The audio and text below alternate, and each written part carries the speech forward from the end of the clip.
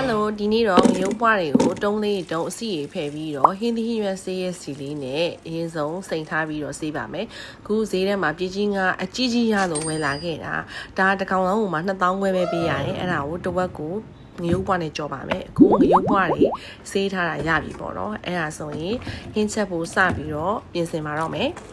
စီပူလာပြီဆိုရင်ဂျင်းနဲ့ကြက်သွန်တွေကိုထည့်ပြီးစီးတက်မယ်ပြီးရင်အဒံမွေးအောင်ငရုတ်သီးစိမ်းလေးထည့်ပြီးတက်ပါမယ်ပြီးရင်ပြည်ကြီးငါတုံးလေးတွေကိုထည့်ပါမယ်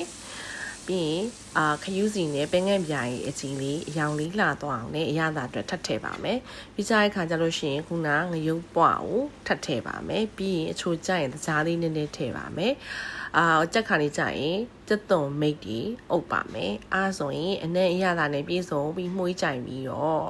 အရသာအရန်ကောင်းနဲ့ပြည်ချင်းငါငရုတ်ပွားအချိုချက်လေးရပါပြီတမင်းပူလေးနဲ့တွဲစားလိုက်မယ်ဆိုလို့ရှိရင်ရန်ကောင်းတဲ့ဟင်းလေးတစ်ခွက်ပါပဲရှင်ဒါကုန်းတိုင်းပြည်ချင်းငါရဲ့တဝက်ကိုပဲချက်ထားတာပေါ့နော်တဝက်ကြံနေသေးတယ်ဆိုင်မှာသွားဆိုင်တပွဲကို4000လောက်ပေးရတာဆိုတော့အိမ်မှာချက်ဆိုင်ရန်တန်နေပြီเนาะအားလုံးပဲလှုပ်စားကြည့်เนาะကျေးဇူးပါ